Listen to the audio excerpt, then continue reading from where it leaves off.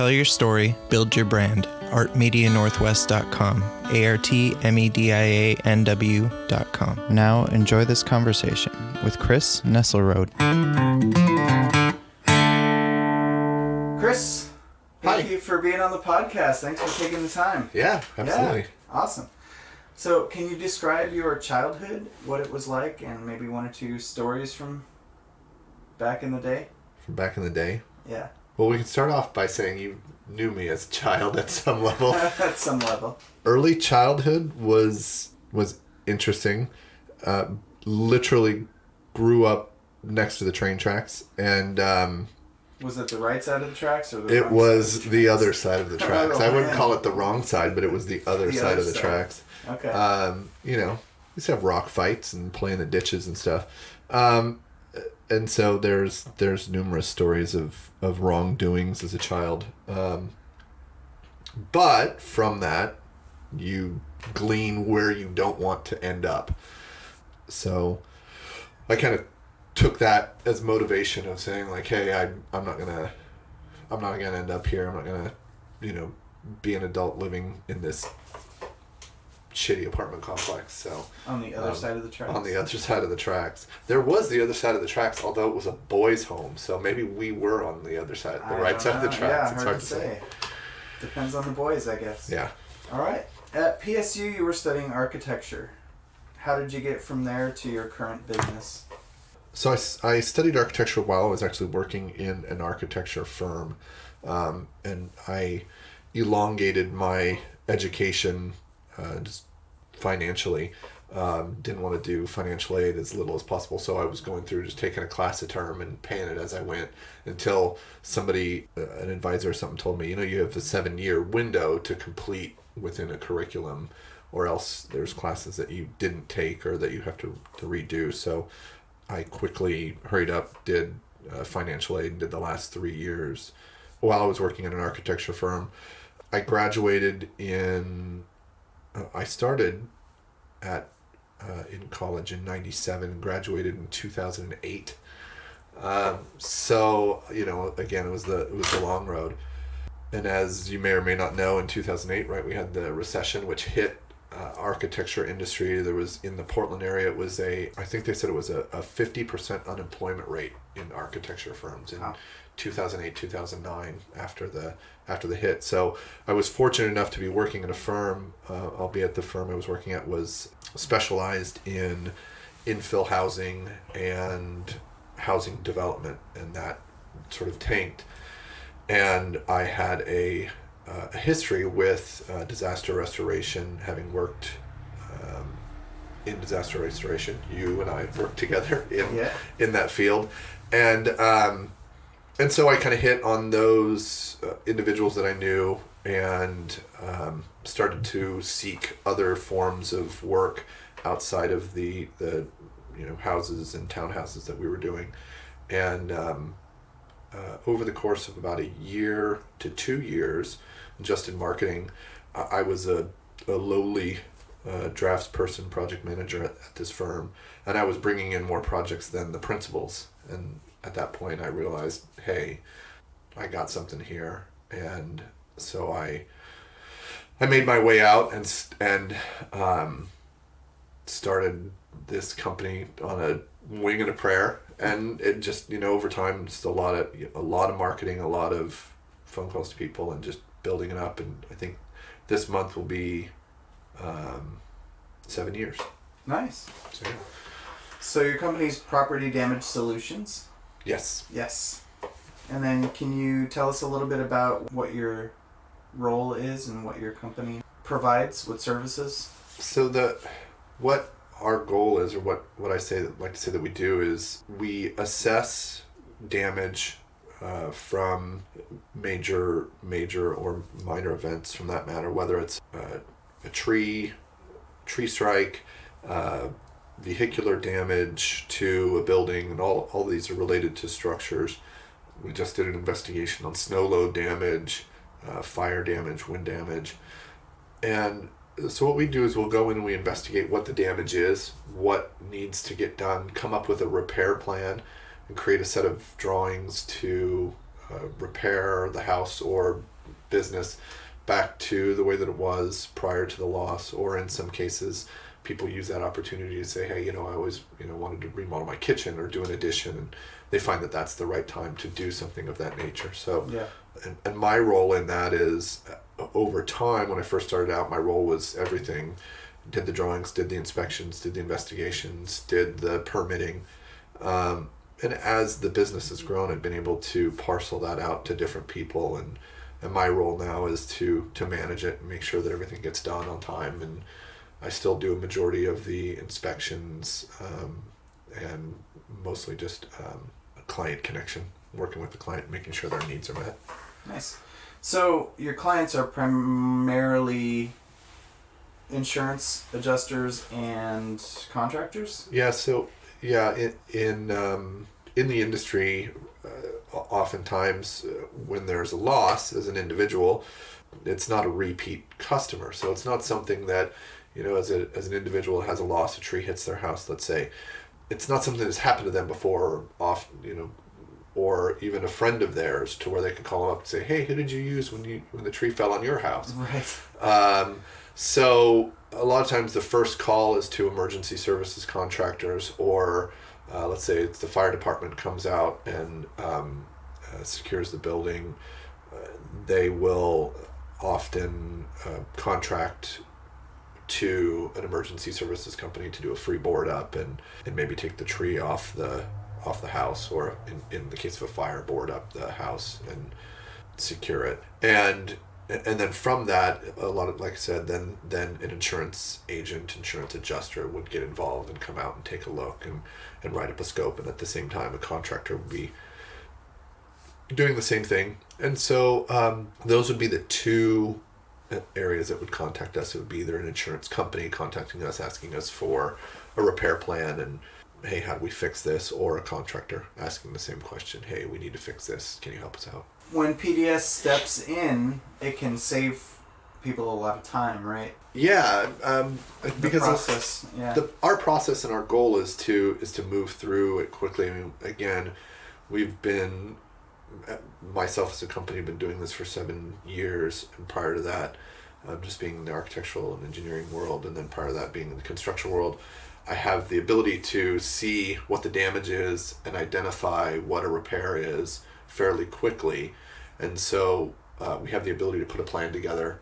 It really just comes down to man hours, how quickly, how many hours in a day can one work. There are times where there's unseen damage that you kind of have to guesstimate at, or you may need some time for someone to open up a wall or open up a floor to get a better look at what's going on to come up with a repair. But in general, you can typically see the extent of the damage and come up with a repair plan pretty quickly.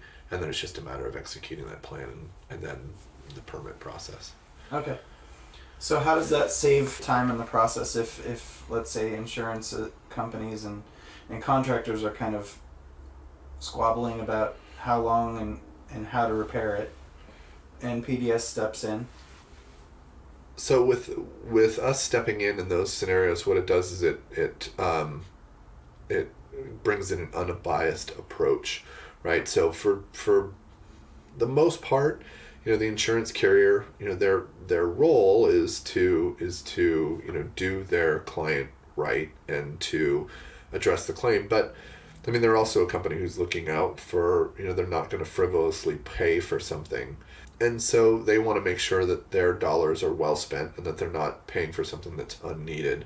And the general contractor is looking at the role almost not quite in reverse, but on the other side of the coin. They're having to deal with warranty issues of, well, we can't put this in because we have to warrant it, so we're not going to be able to put our name behind something that doesn't that's not going to stand.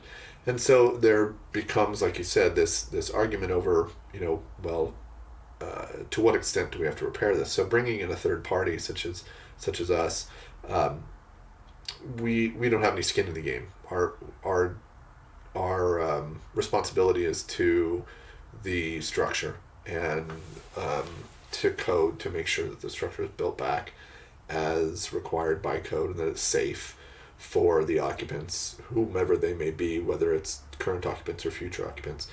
So we have the ability to come in with an unbiased approach, come up with an answer, and sort of end any sort of disruption to the process that may be caused by two parties coming from different sides, Right. arguing on whether or not something is or is not covered. So rather than that process taking potentially like 6 weeks before the permits even go to... Yeah, I mean, in some cases, I've got a project right now that has been 3.5 to 4 years, where the insurance carrier and the contractor have been, arguing over how something is to be repaired, and we were brought in to mitigate that and put a set of drawings together. And we were able to put the set of drawings together and say, okay, this is exactly what needs to happen. We talked to the jurisdiction, and we're able to come up with a repair plan and come up with a fix that everybody was able to agree upon in the matter of, in this case it was 6 months, but which was far less time than 3 or 4 years. 3 or 4 years. Yeah, so. definitely. I'm going to just move this a little. There you go. All right. So how important, just to shift gears a little, how important is music to your life? Extremely important. I've always been a fan of music. I've always got radio going or something going on in the background. I don't know if it's just to calm my mind so that so that there's something going on in the background so that I don't try to take over the world or something. But it's definitely a something that's been a part of my life since I was little. My parents didn't really listen to music all that much. I know my dad had a record player and he had a couple of blues albums, but for the most part, my early childhood music was sort of the record stories, the Disney record stories or the Star Wars record stories. There's just a couple of beeps and you turn the next page. And so my introduction to music, which may be for a lot of people my age, was Weird Al. And a friend of mine had a Weird Al tape, and I was like, this is hilarious. And then from that, being a child of the late 80s, early 90s, found myself in the pop, listening to pop music until the Belinda Carlisles and Debbie Gibsons and those types of things, until I purchased a car when I was 15. Couldn't drive it yet, but I bought a car. It was $750 for a 1971 four-door gold Chevy Nova. And it only had an AM radio. And so I was forced to find a station, AM radio, and came across a station called 970 The Beat. And it was, at the time, I want to say it was 92, it was considered an alternative rock station. And that's where I first heard, they played, obviously, that, started playing Nirvana and Smashing Pumpkins and Pearl Jam.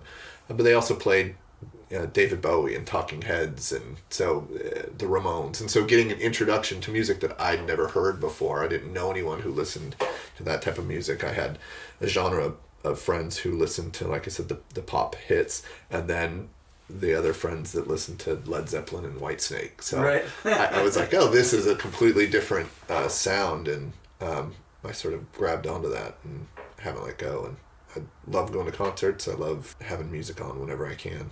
Nice. So back to your business, what is your vision for the future of property damage solutions? That is a good question.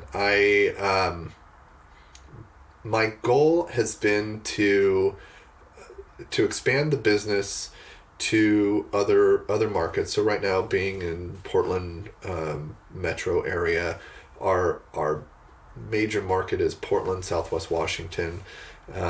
We've done, locally, we've done projects as far north as Seattle and as far south as Eugene, Springfield. And we've, as of 2017, opened an office in Northern California and Bay Area. in Santa Rosa. But the goal with that was to slowly grow. We wanted to grow the office so that we had representation in Santa Rosa, or what we were thinking was San Francisco and Seattle. So we'd have San Francisco, Seattle, Portland, kind of the I-5 corridor. And we were initially going to look at Seattle first just because of proximity. And with anything that we're doing, right, somebody has to be able to visit the site, look at the project, and come up with a plan. So, a 4-hour drive to Seattle or a train ride to Seattle is not as daunting as, as a 10-hour drive to San Francisco or multiple flights. But then with the recent fires in San Francisco, that one ended up coming up first. And so we're still looking at the best options for growth in Seattle. But that is the goal, is to place an individual in major regions across the country and establish the office in multiple areas to cover losses as they occur throughout the country. Okay, that's good. How would you describe yourself? I'm a fairly detail-oriented person.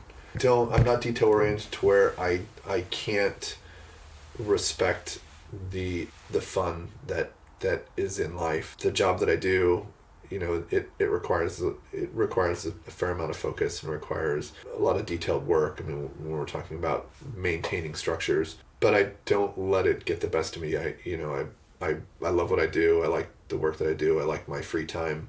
Although as an entrepreneur, your free time is limited. I think a fair amount of my spare time is growing my business. But in general, I guess, like I said, I'm a detail-oriented person when it comes to things that I'm passionate about, and after that, I'm just kind of whatever happens. Just I can't change that. So it's a little of each in a way. Yeah, it's a mix, I suppose. Well, what about your sense of humor? I'm not funny at all. Yeah, that's not true. I'm the most serious person I know. I am, and my wife will attest to this, and we've had conversations about it, I am one of the more sarcastic people that I know, and I get along really well with other people who are fairly sarcastic, and I just can't help myself. Picking up your sarcasm. Yeah, picking up your sarcasm there. Which is just a mask for my inner child that is scared and lonely. But I just can't help it. I find it comical to be sarcastic. I get that some people don't get it, and it frustrates people because they think that you're being serious. Which is even more comical. Right. And I love the aspect of sarcasm that people think that you're truly serious, and that's what Yeah. I love about it's it. Good stuff. Yeah. Yeah. It's a sign of intelligence, they say. So yeah. There you go. And you're not being sarcastic. That's true. Not at the moment. Do you have any routines or processes that help you do your best work? I don't really. I am trying to become more routine, but I am the least routine person. I will find a moment here, find a moment there to do work. We were having a conversation earlier today that this morning I woke up and it was 4:30, and I was like, well, it's 4:30. Might as well get some work done. Yesterday I woke up at 8:30 and I looked at the phone. I was like, I just don't want to get up this morning. So it's a mix. I find moments that are inspiring and whether it's this time of year, right? You wake up at 4:30 in the morning and the sun is actually out and there's birds chirping and you're like, you know what? Let's go after this day. And some days, you hear the birds chirping and you're like, just shut up. I want to sleep.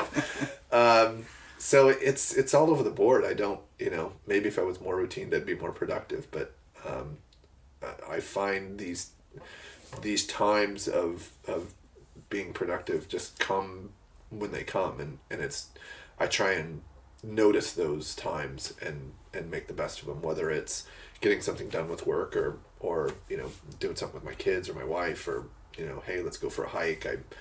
I'll just get sort of this stroke of inspiration, and sometimes it doesn't pan out well, like, hey, everybody, let's go for a bike ride. It's like, what do you mean the kids don't have bikes and helmets? So what? Let's just let's put them on my bike. It's just I get this focus of, hey, let's do this. This sounds like fun. I want to do it. And even if it's not prepared. So no, I just, when the mood strikes, and then usually somebody says, well, Okay. you can't do that now.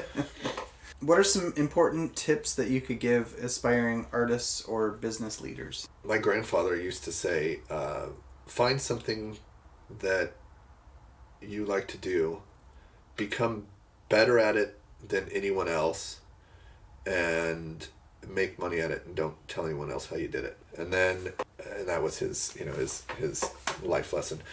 And I had read in, it was Project Management of Benjamin Franklin, and he had commented in a group that he had established, that something very similar, but something almost extremely opposite, where he said, find something that you're passionate about, that you love to do, become a leader in that, and then teach others how to do it, and so that you'll become more of a leader in what you're doing if you are teaching others, because then as somebody gets introduced to somebody else who's doing the work, they'll say, wow, you're really good at this. Where'd you learn this from? Oh, I learned it from Chris. He taught me.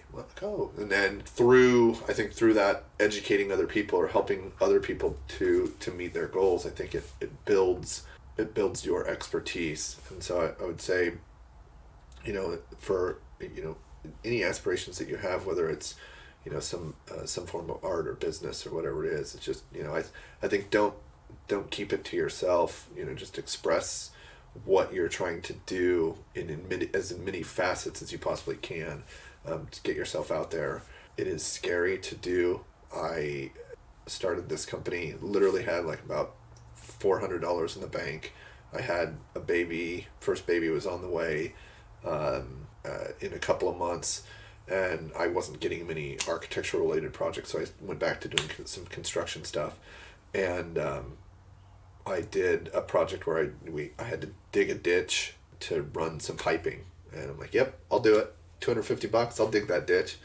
And keep in mind that I'd been working in an architecture firm for the past 15 years and had not dug a ditch in a long time. And then I met with a client in the lobby of the hospital the day after my kid was born. I was like, well, I'm at the hospital, we can meet in the lobby if you want. So I think it's just all hands on deck, just go for it. You don't know where you're going to end up, so you might as well just figure out the best way to keep kind of pushing it, is get your name out there and do what you like to do. That's intense. Yeah. That's a lot Go for it. Yeah. It's good advice if you can manage it. I didn't say I managed it. I just said I did it. Sure. I'll let you know later if it pans out. Well, 7 years, you know, and you've grown a lot, right? Yeah. So, to change gears again, you're the biggest Smashing Pumpkins fan I know. Why are they better than any other band in your opinion? Why are they better than any other band in my opinion? Because you have this extremely sort of, for lack of a better term, dysfunctional lead singer who sort of carries this group in a way that is it's like going to a circus, and you get to see all these players play their parts, and they are taking hints from classic rock and from arena rock, and bringing it and stripping it down and bringing it to in this realm that was grunge. And I think that far more progressive, and they were able to play this field between arena rock and grunge, and without without denying credibility to either, but also not claiming to be part of one of those, just sort of saying, well, we're not arena rock because those guys are, they're arena rock and we don't have the big hair. We're not grunge rock because, those guys just aren't musically talented enough. We're in the middle here. And so, they make enemies on both sides, and that's what I love about them. They're just, I can't think of an interview, a concert, any form of their music where they apologized for who they were. I think they went out there and said, this is who we are, like it or not, we're going to play. if you don't like us, boo-hoo, here's our music. And I think, they've changed their styles multiple times, trying different things that, people would, compare them to this band or that band. And I think they kind of just went with it. Yeah. All right. That's a good answer. What mentors did you have along the way that come to mind? Danny Oakes. What? Sure. Why not? Dude, you got to Kept me set out your of trouble. sights higher than that. Yeah. Kept me out of trouble more times than once. Yeah. That might be true. It is absolutely true. I've been asked this question before in different ways, and I don't know that there was anyone, one person that I connected to, and I looked at it from a different realm, and I kind of talked about this earlier, is I knew where I didn't want to be, and I knew people who were there, and so I had a lot of inverse mentors of, I'm not going to do that. This is what I don't want to do. Yeah, and I think that was the inspiration of, I'm not going to go down that road. I mean, I just knew a lot of people, family, friends that went a route that I knew I didn't want to go, and so I didn't necessarily, close ties with them or anything. I just kind of set my sights and just said, for better or worse, I'm going to go to college, I'm going to finish college, I'm going to, this is what I want to do. I want to do some form of architecture, design buildings, and that's what I'm going to do, whether I can, whatever it takes to get it done. But I never had anybody that I kind of said, hey, that's, this guy's doing it right. And, as in work and stuff, I met people that, and I don't know, maybe I'm conceited, and I just like, no, I can do it better than that. I don't know. Well, but, so yourself. Yeah. Your future self. My is your future mentor. self, yeah. As more of like the old guy who said, I told you not to screw up, kid. Don't do that. All right. So now into the deep questions. All right. Coke or Pepsi? Coke. Why? Because it tastes better. Pepsi is gross. It's syrupy goo.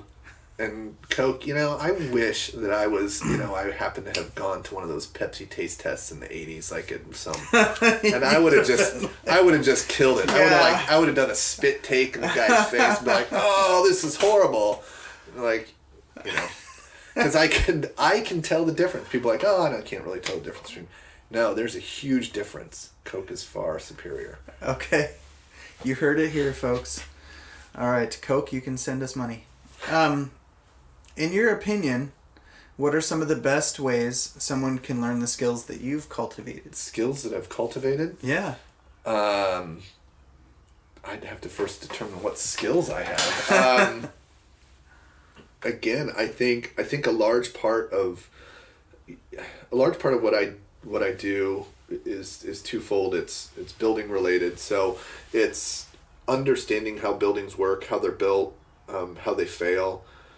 I learned the majority of that by working in construction and taking apart failed buildings and kind of studying what worked and what didn't work when there was any form of disaster, whether it was a fire or some sort of loss. You would see the areas that failed and the areas that didn't fail, and you start to just internally ask the question, well, hey, how come this piece stood up and that piece didn't? And you commit that to memory, and then over time, as you're working on your own projects, you remember those things, and you say to yourself, well, hey, I remember this held up really well, let's use this material, or let's use that material. And I think you can do that in any form of work or artistry that you do. Architecture, obviously being a form of art, is you find what works. You find, in that realm, when it comes to structures, you also have to look at, okay, I have to find out what works and what's going to stand the test of time, but it's not going to be hideous and ugly. And, make people sad when they walk into the space. Some people don't worry so much about that. I've Right. seen some architecture that's Right. like, You're like, oh, this is sad. it's not the best. It might not have been done by an architect. Or an architect who is just, fed up and they just needed developer money. I don't know.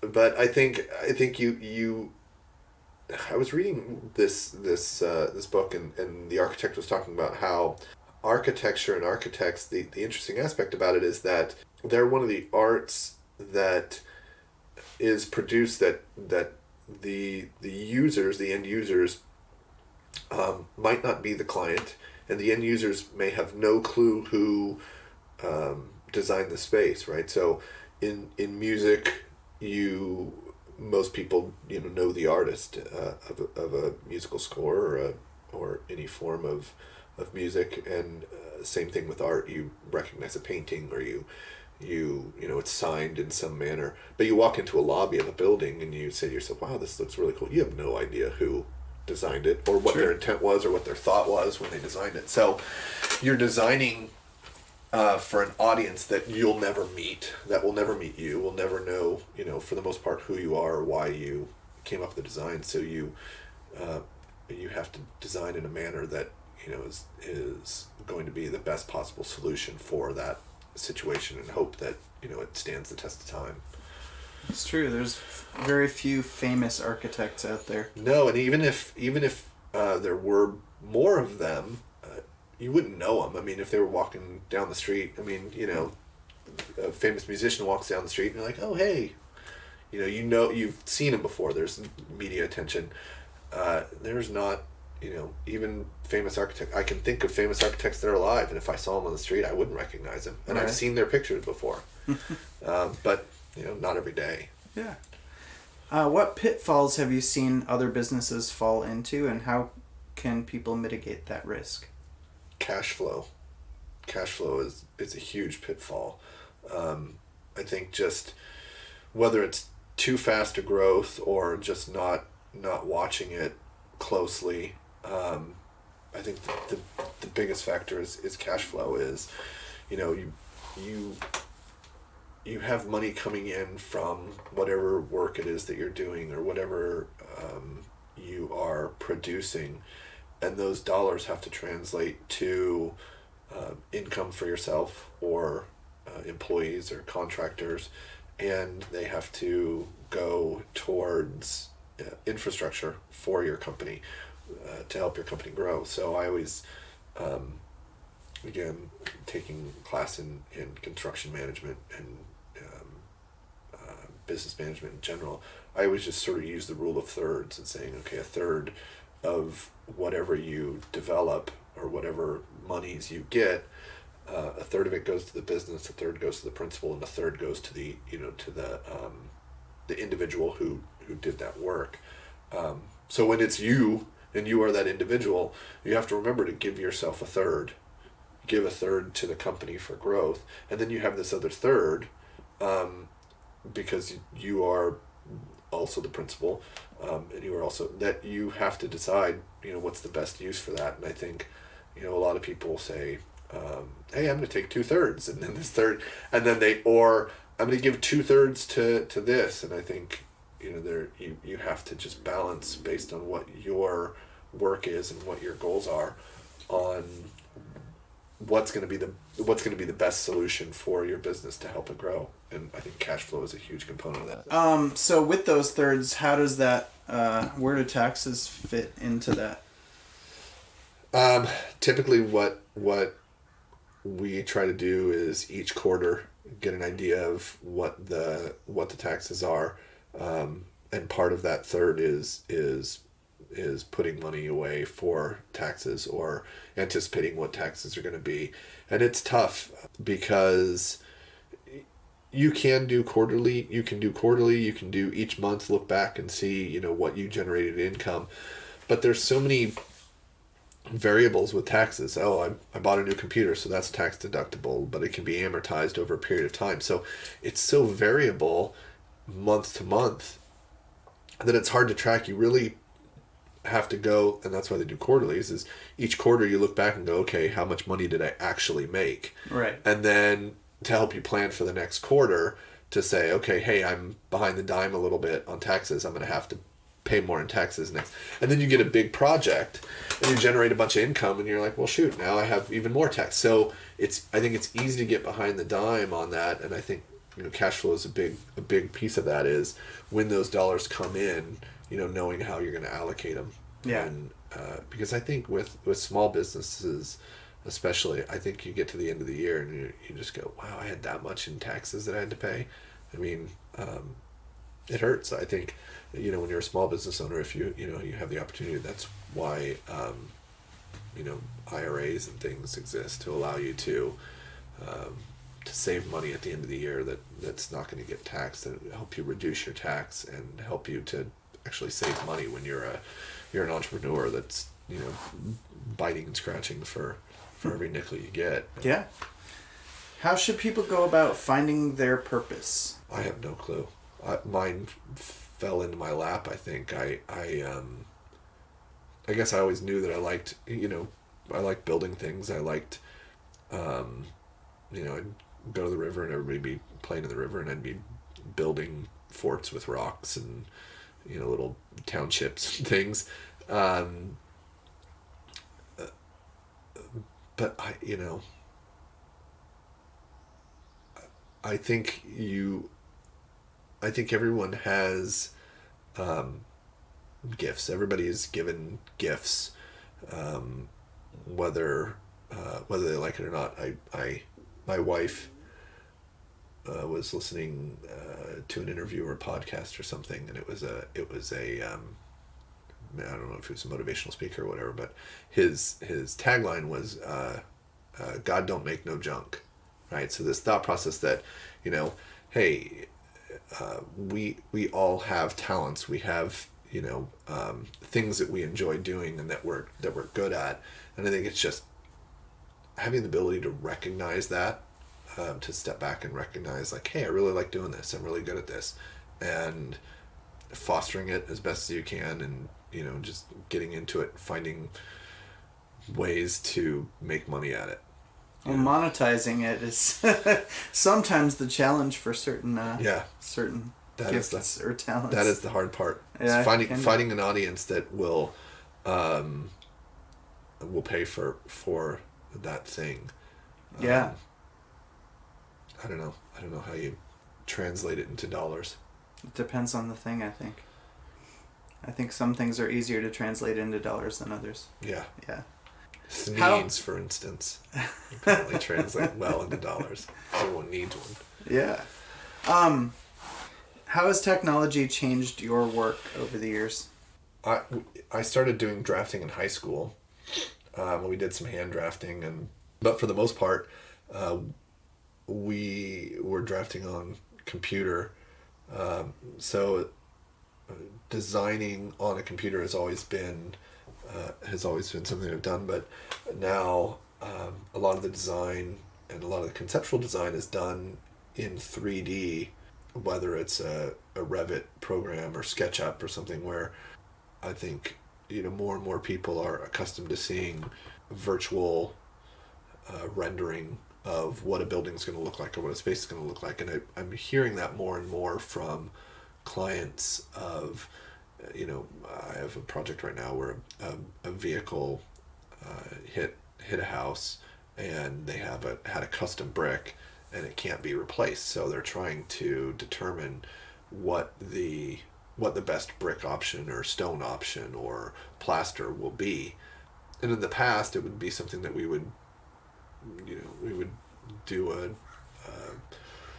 rendering of with Prismacolors and paint, and now I've hired a industrial design student to do a rendering of, hey, here's the brick samples that they found and some stone samples that we found, and here's the configuration that we want to use, and they through some sort of wizardry pasted onto the face of this building, and okay, here's what it'll look like in real life, at some level, and that's had a huge impact on the work that I do. And I think things like Pinterest and Houzz are they're they're good and they're bad. They I think give people some ideas of what they'd like to see, but they also create a narrative that might not otherwise exist.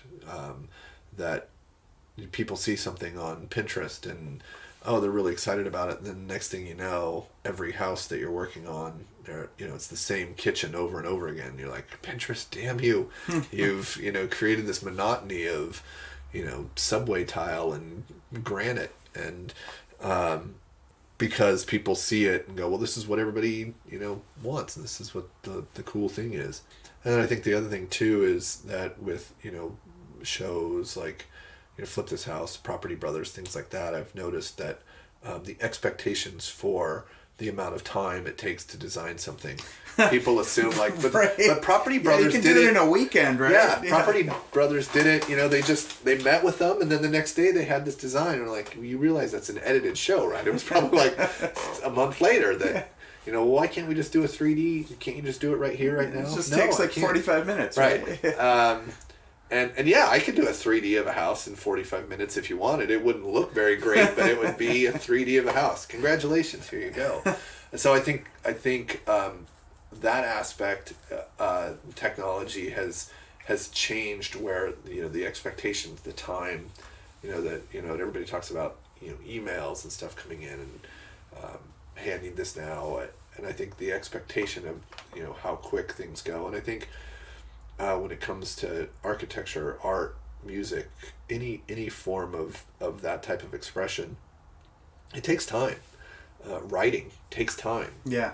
It takes a lot of edits. It takes thought, and you may get something written and go through it and scratch out 50% of it and rework it. But if you're under a deadline, or I think it inhibits the spirit. So you gotta find a balance between doing what you want to do and again getting paid for doing it, right? So, hey, I'll have this house designed for you by the end of 2020. And you're not gonna get paid for that. People want it sooner, so you have to take this collective knowledge that you have and do the best that you can in a short crunch time frame, where you don't have the luxury of months and months sitting down and hashing it out. Right. If I say the word second chance, what is a story or two that comes to mind? I've done a pretty good job of maintaining the straight and narrow. But there was a time where I wanted it was a milkshake. And the only place that had these really, really good milkshakes. This is a great start of a story, by the way. Was this? It was a British Petroleum in Newburgh, which is over the hill from where I lived in Aloha at the time, and so you hankering for a milkshake at 2:30 in the morning, and there was a group of three of us. And we're like, yeah, let's go do this, and heading over the hill, and somebody commented, you're going too slow, and in my 16-year-old wisdom, I was like, oh yeah, well, and punched it, and inevitably ended up going off a cliff and kind of barreling the car into the side of a hill, and everyone safe, no injuries whatsoever. And this is before cell phones, so everybody kind of climbs up the hill, and 2 a.m. on a back road, inevitably waved down a car, and they had some form of cell phone, and was able to call and have someone's parents pick us up. But that was a time where I realized, where I where my lack of judgment of, hey, everybody, so and so says that I should do this, and I went, okay, well, I'll do it. And I think that was an opportunity to go, hey, don't be stupid. Right. I like that. Yeah. Make your own decisions. It doesn't matter what the voices in the back seat are taunting you with. Right. You'll end up in a ditch because they're not the ones driving. So there you go. All right. What is your favorite and worst parts of daily business? I think because of how much we've grown and the amount of clients that we have, and then just the nature of the work that we do. It has really strict timelines, and it's just not. I have no concept of time whatsoever. It's just not a skill set that I have. I am late for everything on a regular basis, and to where friends and family will often schedule things, 30 minutes later than than they tell me, knowing that I'm going to be there 30 minutes late. And in this type of work, you have to have stuff done at a certain time, and it's extremely difficult for me to get things done. I want to make that last little tweak, or so I end up waking up really early or staying up really late to get stuff done. And so just the pressure of time is something that it's just hard for me to handle. I want to just, I'll get it done when I get it done. Damn it, leave me alone. That doesn't fly. Right. But oddly enough, the thing that I like the most about it is just the constant, there's constantly something. Yeah. I think I would get extremely bored if I think my mind would just race all over the place if there wasn't this this backlog of things that needed to get done. Whether they kind of act in concert. Nice. So how does a person balance life, family, creativity, and their work? I don't know. Do you know? I think you're doing it. So. You think so? I think so. I don't know.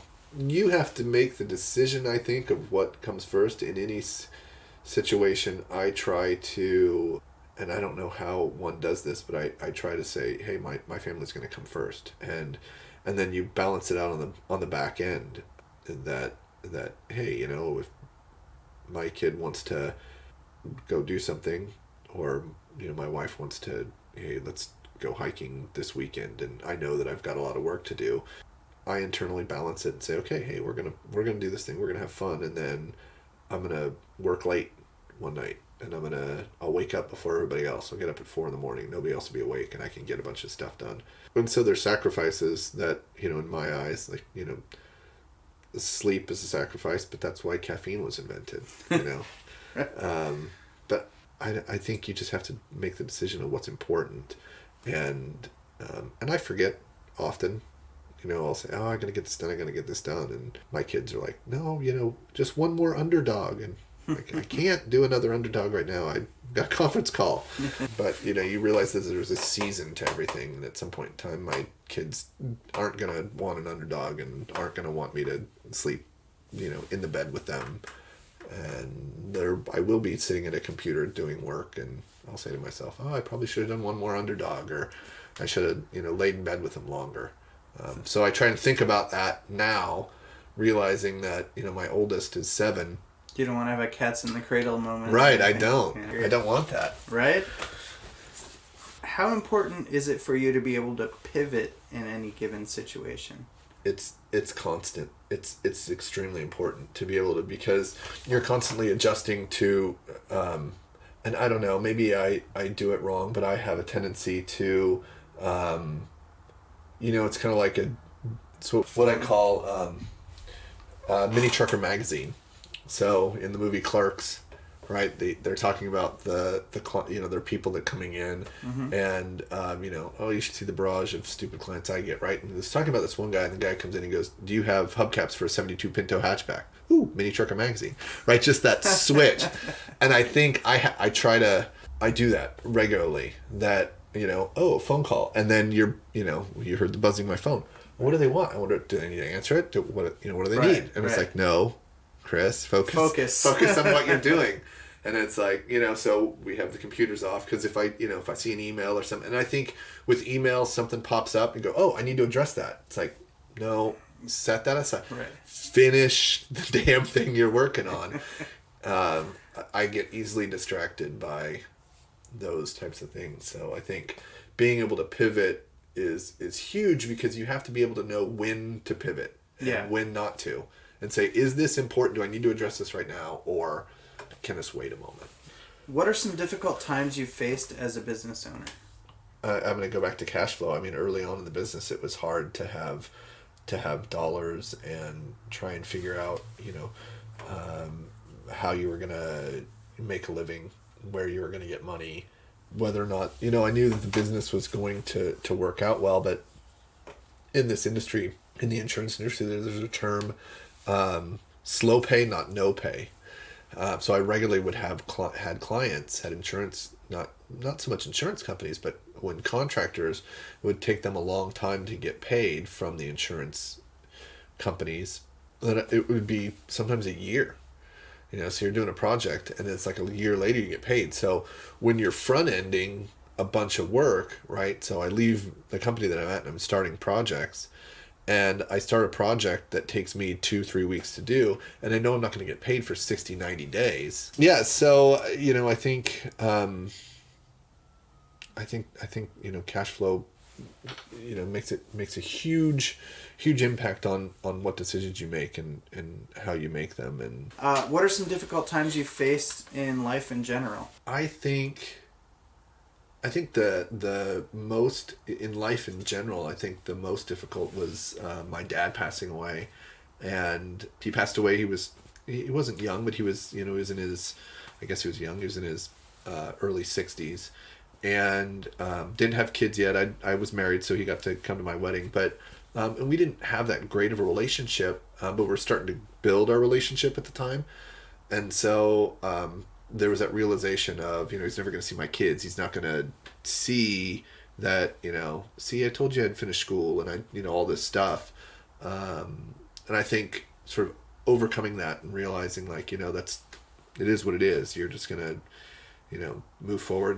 And, when you have a kid, build that relationship strong so that, the two of you aren't looking back, years later and saying, oh, I should have this or I should have that. I can't say I've overcome it, but it's, struggle that, I have to often say, like, okay, well, it's always a work in progress. Yeah, exactly. Yeah. How have you learned to overcome adversity? Arrogance. Sheer arrogance. Oh yeah, I'm better than you.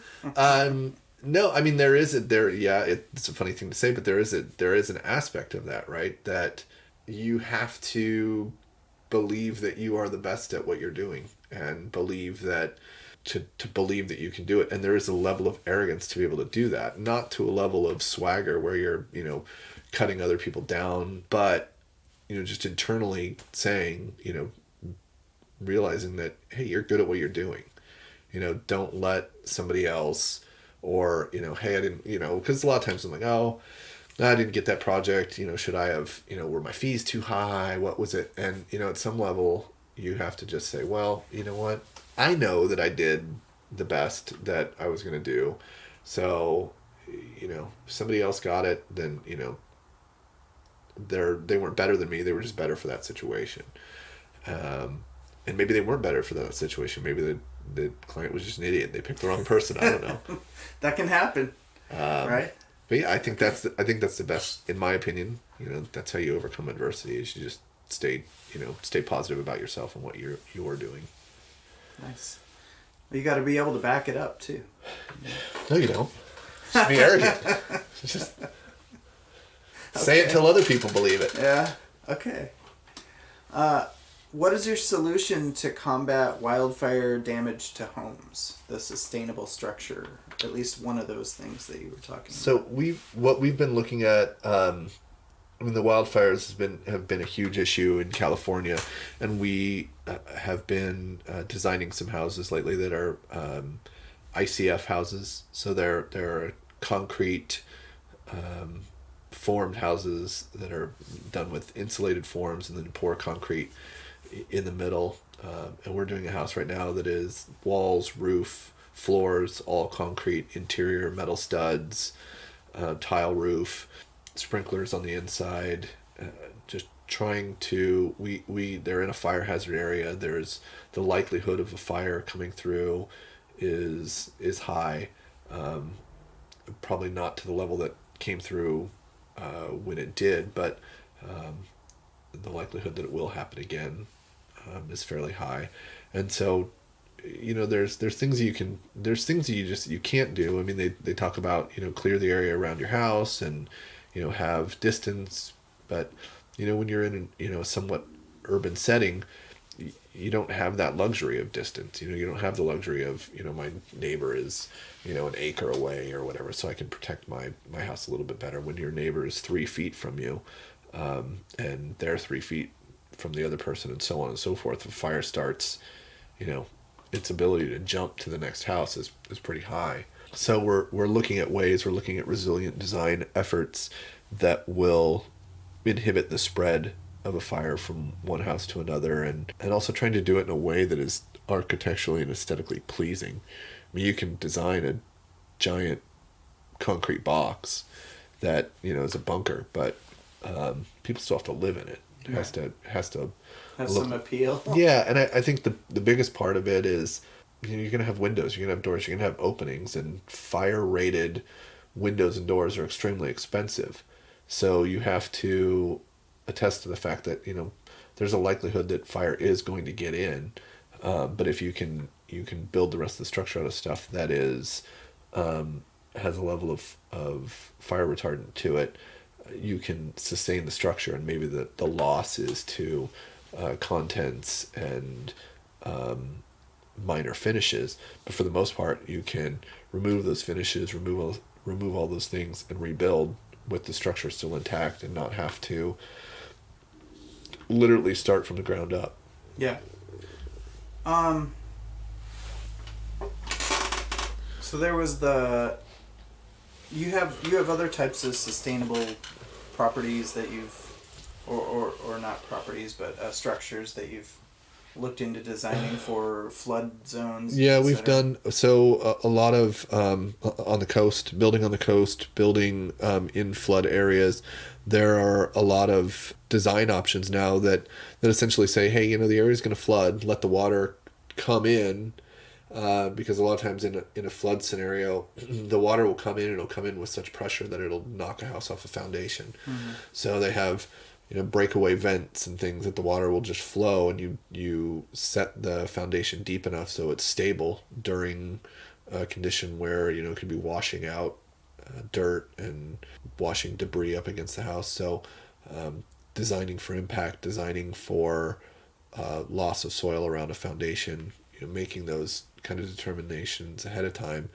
I think you have to look at each site individually and say, okay, what are the possible liabilities here, and how can we do that? But you also have to do it in a way that is financially feasible. I mean, again, and aesthetically pleasing. But and I think with as many floods and fires and tornadoes and hurricanes and things that we're seeing on a regular basis, whether they're occurring more often or we're just exposed to them more often, I think the design industry and the science industry have connected to that and said, okay, we need to do a better job of building structures that can withstand these things, as opposed to just a throwaway structure that. Is there a need for contractors to learn new skills as well? For the design can happen, but then people have to be able to do the work to make it. Yeah, absolutely. I think contractors, designers, there are these new technologies that we're going to have to vet and understand them better. And I think working more as a team on trying to make those types of things happen, it's a continual education on materials. And I think that the science, there's the science there, and I think the science is lacking a little bit. I think it's not something that has, there's material testing, but it's not something that gets a lot of funding. It's not, materials testing on concrete strength is not something that gets a lot of funding. I know PSU just got a piece of equipment first on the West Coast that will do microscopic views of materials that they can, view steel, glass, concrete, that will allow them to study impacts and what these things can hold up to, how to strengthen them. But it took a little over $500,000 donation from an individual. So I think those types of things, that was generous of you. Yeah. Well, somebody had to help out where I can. Yeah. There's not a lot of people rolling around with $500,000 to spend on hey, let's get this giant piece of equipment and harbor it in this school so that people can learn. I think it's just funding the things that need to get funded versus erectile dysfunction. I don't know. I think we figured that out. There's a lot of pills out there. Right? They have at the mini mart. I can go get one right now if I needed to. Can you tell us how you got involved in helping the efforts to rebuild in Sonoma County, California? Yeah, so it was October 2017 when the wildfires came through. A significant amount of structural damage. Something in the neighborhood of 6,500 structures were damaged. And we had done some work with a local contractor whose brother-in-law was a contractor in and around the Bay Area, and had worked with other companies before, and typically was doing 2 to 3 projects at a time. And when this came about, he had some friends and family who had lost homes, and he was looking for someone who could take on a lot of projects at once. And we had just started our growth and added a new person, and we were contemplating adding a third individual, and we were asked to go out. At the time, FEMA had given a deadline to people to make the determination whether or not they were going to get FEMA assistance for cleanup on their lots. They had given a deadline of, I believe it was November 13th.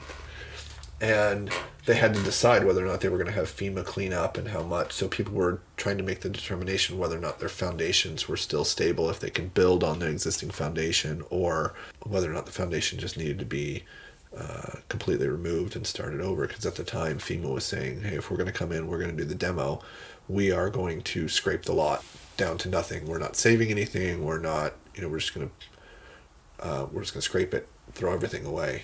Well, some of the foundations even peeled, right? They were weakened. Yeah, from the fire. Cracked. Some of them, again, just the amount of heat. But not all of them were that way, and so people were curious. Is my foundation damaged to the point where I have to have it replaced, or can I save it? Because I need to let FEMA know. And so we were I want to say it was 13th, so it was a Monday. We went down Friday the 11th. And flew in. It was 2 of us as a team flew in, had to stop off at Home Depot and get tools and things, because stuff we didn't want to check anything on the planes. We had a short amount of time to fly in, fly out that day, and picked up some tools and hammers and different sampling materials, and we did about 10 houses in that day. I mean, just went from house to house. And of those 10, I think there was 1 that we determined the foundation was adequate enough to save. The rest of them were, they were crumbled. They were, deteriorated enough, or they were an older type of construction, brick, rubble foundations. Some of the concrete foundations just saw an extreme amount of heat. And so we ended up on the plane on the way back writing up our reports, and from that we were able to then meet again with the clients later and talk about rebuilding efforts. And since then, I think we've completed designs on 40 houses. I think construction with the contractors that we were working with have completed about 24 houses, and we currently have 3 in design right now. But for the most part, I mean, of the 5,700 structures or whatever it was, there's still probably less than 200 people moved back into their homes and living. And it's been a year and a half. Yeah. So the effort by everyone involved, contractors, cities, jurisdictions, states, federal, there's been some slow movement pieces, but then there's been other pieces. And when you're talking about rebuilding whole neighborhoods from scratch, it takes a lot of people. Yeah. And it takes a lot of laborers, it takes a lot of professionals, it takes a lot of everybody just sort of working together in concert. And sometimes you're kind of on the fly coming up with what will work and what won't work, and timelines and big project. How did you develop your drive and grit? I don't like to lose. I think it's just developed, again, we talked about this a little bit, it developed as a young age of, hey, I don't want to end up here. So, you use that as a motivation of, just keep moving forward, get through the tough stuff, because if at any point in time, I always feel like if I let it slip, it's, you're just so close to being back there. I saw, I think it was like on a hoarder show one time, and somebody was commenting about, it was this hoarder house, and somebody was living in a tent in the front yard of this person's house, and the commentator, whoever was on the thing, said, we're all just 3 bad decisions away from living in a tent in someone's front yard. And I'm like, yeah, I wholeheartly believe that. Yeah. So I think that, you realize that, every decision has an impact on where you end up, and I think you have to be cognizant about it. You have to think, is this decision in doing this is going to move me forward, is going to move me backwards. So, who are some people that inspire you or have inspired you over the years? Inspired me? Yeah. My wife does a lot. I mean, just the trials and tribulations that she's been through, and her ability to get up every morning and continue to keep going, and being there for the kids, and it's impressive. And seeing that, going, okay, this is someone who's trying their hardest and failing at things, and gets up again and says, all right, I'm going to try that. I'm going to try this time. I haven't seen very many failures, just luck, I guess. And so it's easy for me to just say, oh yeah, just keep going, because, I've never really experienced like, oh, this didn't work, that didn't work. I've kind of, the things that I've done for luck of the draw have worked out. Oh yeah, I'm gonna, through hell or high water, I'm gonna finish college. Okay, I did that. I'm gonna start a business. Okay, I did that. I'm gonna start working in an architecture firm at 19. Okay, I did that. Just, so I've been lucky in that sense. So like I said, to see someone who's like, oh, I'm gonna do this. Didn't work. Hey, I'm gonna go do this. Nope, that didn't work either. And it's like, how do you keep going? How do you keep doing this? And, so I think that's inspiring to see that, not everybody is, lucky. I mean, not everybody, there are tons of people out there who's just like, yeah, but I'm giving it my all, and I still I'm not seeing success. And it's like, oh yeah, well, far better for you, because, you're, I don't know how people do it. I don't know how. So there are far better people out there than I that are doing those, that have the ability to just keep moving forward and going, all right, this didn't work out, but it's not going to stop me. I'm going to keep trying. I think that is inspiring. Can you tell us about your current projects and where you'd like to focus your efforts? Current projects, we've got a couple of custom houses that are fire replacement houses in Sonoma County. One is with a developer, one is a homeowner that really like the projects. I mean, the one with the homeowner I've been working with him for almost 2 years now, and just, getting to know his story, and getting to know the family, and being able to design a house for them, for their family, and for what their needs are, has been really, really interesting, and really really fun thing to do, and I'm glad to be able to be a part of that project. And then locally, for the most part, there are projects, because they're fire damages, they're vehicular damages, for insurance companies, for contractors. A lot of times we're in and out. So we don't necessarily get to, some projects I never meet the client. I don't know who the homeowner is. We just, hey, repair the building and move on. So we put, all of our effort into, okay, this could be, your sister's house. And so let's just, push it through. But at any point in time, this time of year, April, May is usually a little bit slower time of year. The sort of disaster season, if you will, locally, it's kind of a fire season, starts in, late June, early July. So it's gearing up for that, knowing that, there's going to be a bunch of stuff coming through, and making sure that the people that I work with are aware that, hey, be ready when this thing comes, and because it's going to be all hands on deck. And we, because the goal is, we aspire to get projects turned around as quickly as possible. And it's completely different in, like I said, in May, we average about 10 to 12 projects a month in April, May, and then June, July, August, it's 30. So it's a huge difference. It's a huge jump. And so this is kind of a relaxing time where we're kind of building the business, looking at ways that we can do things better, coming up with ways that we can systematize things and make things, knowing that okay, we're going to have this big push, and then it'll slow down again in September, October, and then we'll have another push November, December, January, February. And so it's cyclical, so we use these off times to like you said, systemize and look at ways that we can do better. What are one or two memorable stories from your career so far? Memorable stories from my career. So like I said, I started working in the industry. I was really young. I was 19. I think it was 19, between 19 and 20 when I first started an architecture firm. And they had sort of an unwritten rule that the new guy buys beer on Friday. And so they're like, hey, new guy, you got to buy beer.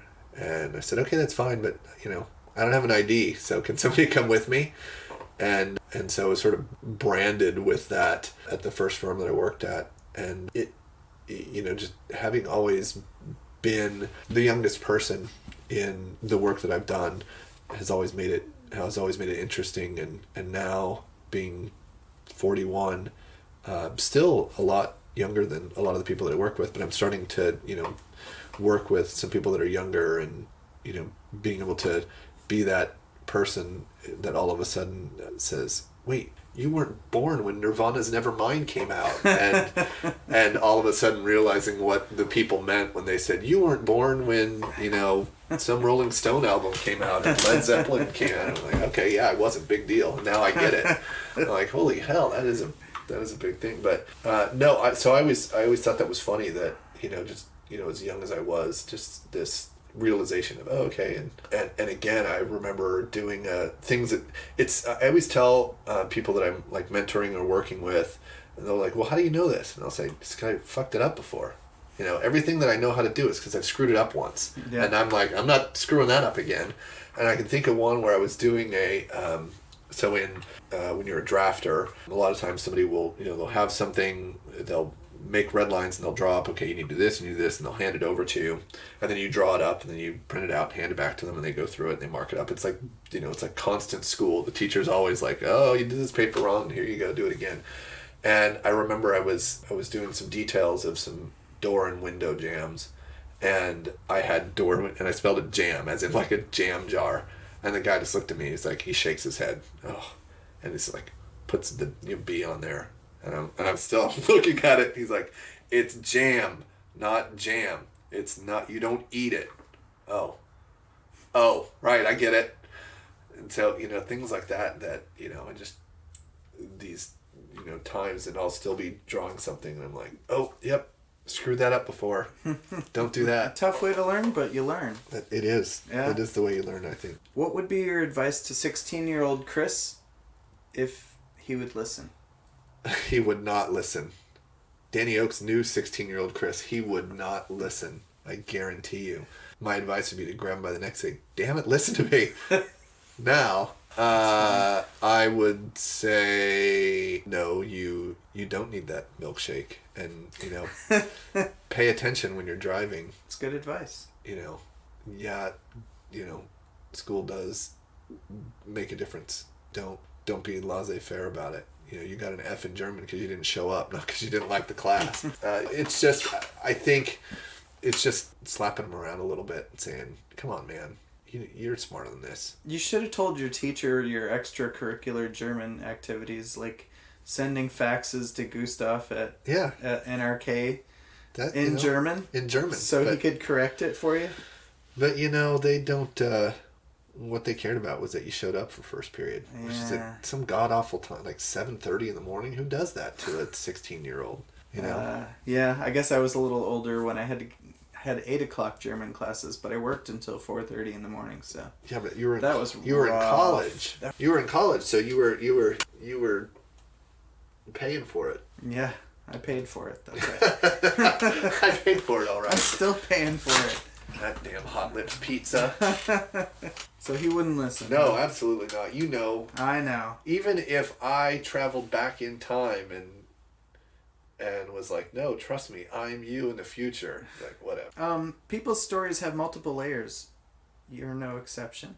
Can you talk about this, being a father, husband, business owner, problem solving, and your solution-based business? That's a big one.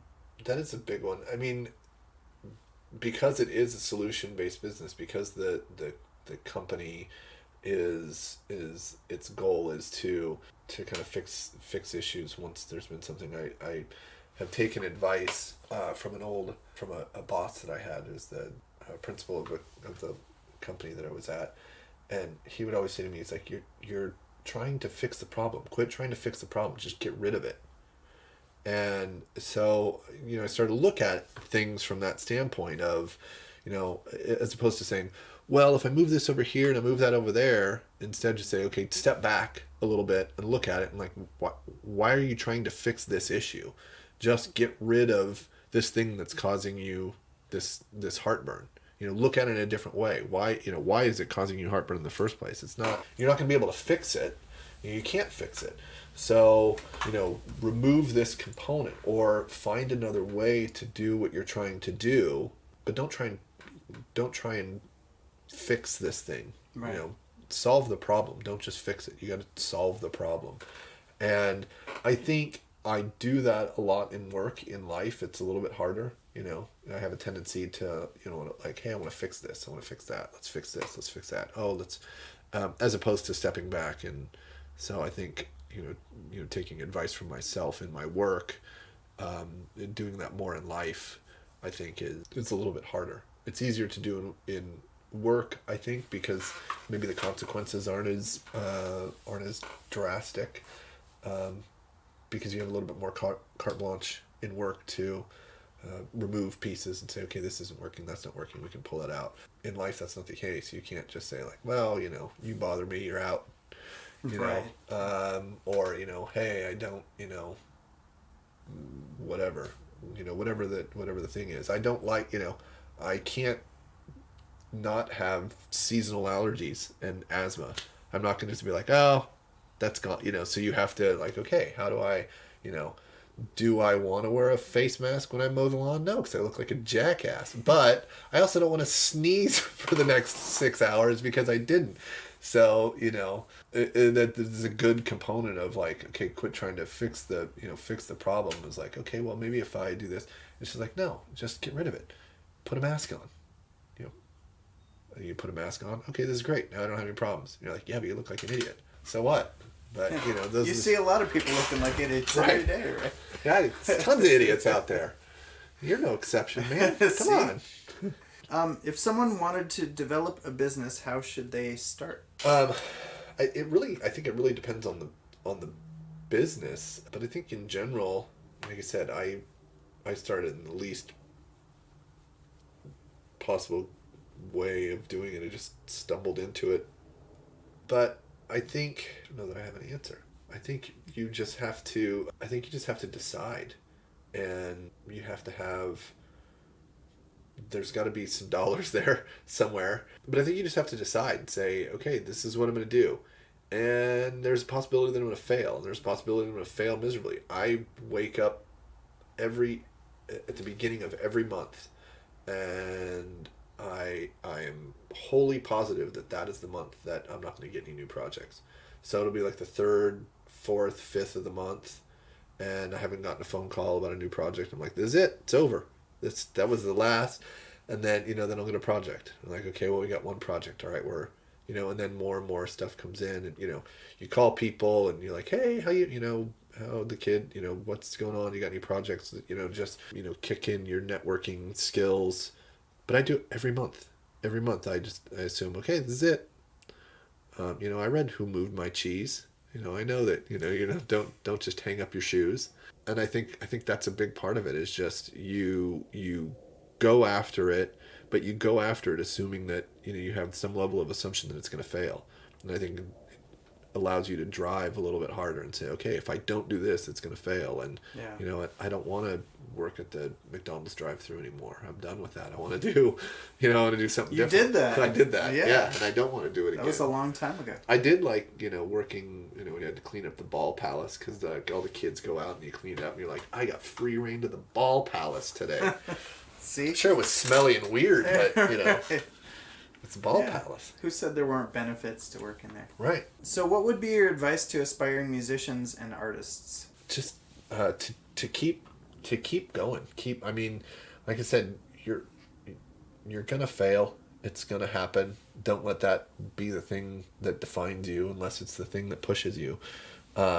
Stay true to what you want to do. I think I had just gotten a job, and the office that I was at was in Old Town. And so it was late 90s, Old Town, right by the Burnside Bridge. A lot of homeless people and drug paraphernalia laying about. And I was getting off the Max and walking up to the office. And there was a homeless man sitting there, and he's like, "Hey kid, what are you doing?" I said, "I'm going to work at an architecture firm right up here." And he said, "Well, don't let the man get you down." Like, okay. And, it's just funny because I never, I didn't think of like, oh, you're going to work at an architecture firm. That's the man. Right. Because, it's not something, but I think about that in terms of like, corporate, there's a corporate aspect to what you do when you have a business, when you're not, when you're, doing art for art's sake, music for music's sake, versus like, I gotta sell this shit. I gotta get paid. Yeah, if it's your business. If it's your business, there's a corporate, and you gotta put a fancy shirt on, and you gotta go into that meeting and sell it, and then but when you're doing that, you have to sell the product. Don't sell yourself. That's you have to differentiate. Yeah, differentiate that, and it's hard because some people can get really successful and they'll lose sight of that, or people who are trying to become successful or just trying to make a living can lose sight of that because they're when you're faced with adversity, like, hey, I got two options here. I can either sort of sell out or and feed my kids, or I can stay true to what I'm doing, and it's ramen again. And me and my kids hate ramen, but I think you have, there's these little incremental things that you do and decisions that you make every day that just kind of push you a little bit further and further ahead. But you just got to maintain that balance of not pushing yourself to where you're not doing yourself any favors, or you're getting too far away from what you're intending on doing. Yeah, I think that's a tough balance, is between getting to the point where you're successful, but then if you're not true to your art or your vision, then are you successful? Right. Yeah. That's a tough one. How important do you feel music writing and the arts are to society? They're extremely important. I mean, there are very few things in this world that I know, that I know by heart, but of them they are, poems and lyrics and song beats, and I think that holds true for so many people, that those are the things that that give people music and art, and it's the things that have a beauty that when everything is not going well, you can turn to music, or you can turn to art. Or if things are going really well, you're like, oh, I really want to hear this song. Or I think there's a great scene in Jerry Maguire, right? He makes the sale, and he's like driving down, and he's looking for that song that he can just rock out to, right? And he's like flipping through the station, and then it's just, because I think we all have that moment where like something good happens, whatever it is, and then there's a song on the radio, and you just crank it up, and you're doing air guitar and air drumming or whatever on your steering wheel, and everybody's eyeballing you. You're like, I don't care. And I think art and music and and poetry. I mean, uh, without that I think that feeling doesn't exist. It doesn't evoke. I think there's nothing that, in my opinion, I don't think there's anything that can invoke those strong of feelings. There are songs that I listen to or that I hear, and they bring back memories of that time, or just a general feeling about that song that makes you think about something about your kids or your parents or some friends or something.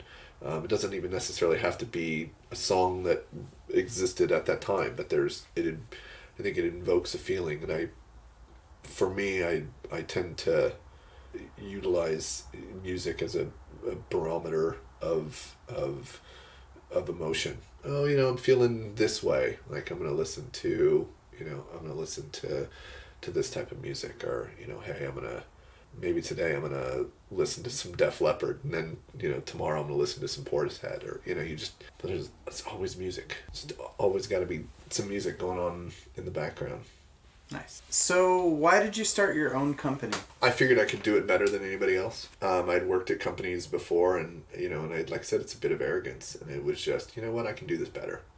I can do this better than someone else. And if I go to work for a company, I'm just going to feel the same way. I'm going to feel... So I remember implicitly my wife and I having this conversation about, hey, how much money we have to make in a month to survive.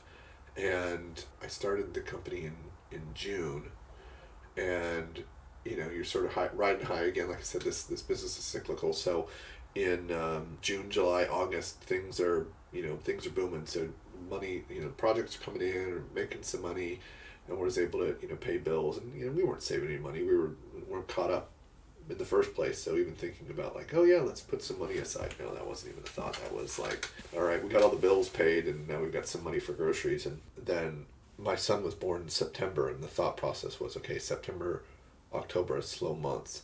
If we can get through September, October, slow months, take care of the family, then I can make this work.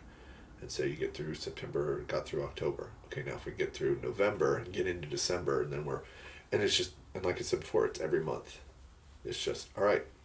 This is it. This is it. This is the last month I'm going to get projects. And I just, each month just go and then, okay, how do I get more projects? And, what do I do to grow? And now I've got, I don't have employees, but I have contract employees, but I still think of them and like, hey, I'm responsible for getting them work. Yeah. Right. How do I get more work for someone else? Now I don't have just, myself and my family to feed. Now I've got other people who have a level of dependency on me sending work their way. And, it's stressful as all hell. But it's a driver. It's like, okay, well, I can't let these people down. And I have a lot of people tell me, they're contract employees. They're not your responsibility if they need to find work. It's like, yeah, but they also are. Right. What are 3 things that you're grateful for? I'm grateful that I have this opportunity to have my own business, to operate my own business. I know that, in some, alternate universe, this opportunity does not exist. I mean, I am extremely lucky that, the decisions that I made and the direction that I went, they could have easily gone the other way. It could have failed.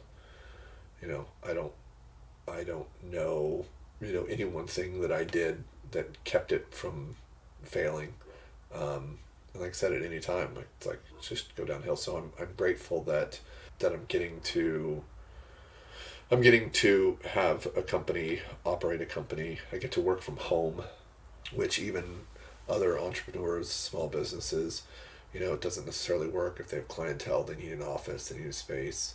I get to wake up in the morning, get some work done, have breakfast with the kids, so I'm grateful to be able to spend time with my family during the day, and on a random Tuesday go to the park and be able to hey, if an emergency arises or something, be able to say, hey, I got to step back and I got to take care of this. And now, like I said, with having people who are connected to the business, I know that, it's not fully dependent on me, that things can move forward. I'm going to take a vacation, and I know that when I go out of town, that other people can handle projects and I don't have to worry about stuff. So I'm grateful for those things, just those abilities to be able to kind of make decisions on that. Like I said, they could easily go away tomorrow and nobody calls and there's no more work. I'm like, oh well, I got to go work for a company. I got to get up at 7:30, and I did it for 16 years, and so much more fun, so much more enjoyable, so much more rewarding. But I just always assume that, all right, like I said, this is it. Enjoy it. Always enjoy it, because you don't know what's going to happen tomorrow. True. What is something that you're proud of? Like something that I accomplished? That you've accomplished, or a person? Something that I'm really proud of is that I got a degree, that I got a college degree. It wasn't necessary for the work that I did, but I always said that I would. And, it took 11 years to do it, but I'm glad that I kept at it. I'm glad that through hell or high water, I just going to take that other class, going to take that next class. I'm going to find a way to do this. And yeah, that is something that I'm proud of that I've done. Nice. It's a good thing. Any advice for listeners? Who's listening to this? Me? Tens of people might listen. Who's out there? The whole world is out there, Chris Nestlerode. Yeah, maybe Billy Corrigan will hear this. Yeah, maybe he'll hear this. No, I think this is, honestly, this is really exciting when you brought this up. So, I am not, like, it's a podcast. What is a podcast? It's not something I listen to music. It's on, they come on CDs and you go buy them at stores. And so this was a new thought process to me that, I know that they exist. I know, I don't live under a rock. I know they exist. I don't know how you get them. They're on YouTube or something. I don't know. They're on YouTube. They're on Apple Podcasts or iTunes. They're on Spotify. Yeah, I don't have any of those things. So Stitcher, Overcast. Yeah, Bloppy. YouTube. I know YouTube exists. You've heard of YouTube, right? Yeah. Okay, that's good. I know that Spotify is looking at or did an IPO. I read that somewhere. I didn't know what they did, but I know that Apple exists. I have an iPad, but no, I think for the listeners out there, understanding this and seeing this medium, I think it's really cool. I think congratulations to finding this, and I think what Danny's doing when he brought this up, I think what he's doing is a really cool idea. It's something that I think is impressive to kind of come up with this idea that interviewing different entrepreneurs and writers and artists and stuff. I think it's really innovative. I think it's kind of a cool thing, and I'm really excited to be able to hear some of the things and some of the people that that you've talked to, and to get that take, right? Because I live in my world, right, and I don't know. I know what's going on in the architectural world, but I don't, and I know what's going on, in some music world, just because it's something that but I live in my world. I don't know what's going on. And, sure. You in your infinite wisdom have turned me on to some different people, and, and Warren Buffett, right? I knew of him, but I never really he drinks Coke, and I was like, all right, this is the dude there I can you get go. into. I can relate to this guy. And apparently he has $1 bajillion as well. But he had commented, one of the things that was the biggest thing that he did was reading books that were outside of the type of work that he did, to get a perspective of what other industries were doing, what was going on. He said it helped him, make decisions, make financial decisions, and decide, what he was going to invest in. And I think something like this, I think a lot of people are, I think hearing from entrepreneurs, hearing from, the little guy, it gives you that opportunity to go, oh yeah, that's right. That's why I started doing this. Yeah. Well, there's parallels between disciplines too. You take anybody who's top 20% in their field, they have more in common with the other people that are top 20 in other fields than they do with the other 80% in their own field. Sure. So, yeah. Well, thank you. Yeah. Chris, where can people find you online, learn more about PDS, Property Damage Solutions? We have a website that we are currently working on. Yes. That is www.propertydamagesolutions.net. And Danny Oakes is putting that thing together, and it's going to be awesome. I'm helping. Thanks. He's modest. Are there any questions I should have asked you that I didn't? I can't think of any. Okay. Can you think of any questions that you thought we're gonna? Do you have any questions that you wanted to ask, but you're like, damn, that's just. Can you tell us about Mortimer the chicken? I can tell you tons about Mortimer the chicken. He was a fictitious character created in the early '90s who was a sweet, loving chicken, but at any point in time, his temper would get the best of him, and he would inevitably blow everyone away. And it's not good. And so he just, that's who he was. And he didn't regret it. It was just who he was. Yikes! Yeah, like an animated. What's his name? The characters or the Quentin Tarantino. Quentin Tarantino. Yeah, like if Quentin Tarantino animated did an animation, Mortimer the chicken could be with a killer soundtrack, I'm sure. Yeah, it would have to have a great soundtrack. Yeah. Nice. Yeah. All right. Well, Chris, thank you so much for taking the time and sharing your story. I look forward to seeing tons of growth and success, and hopefully lots of happy family moments as well. Yeah, you too. Thanks. All right. Find out more at artmedianorthwest.com. ARTMedianw.com.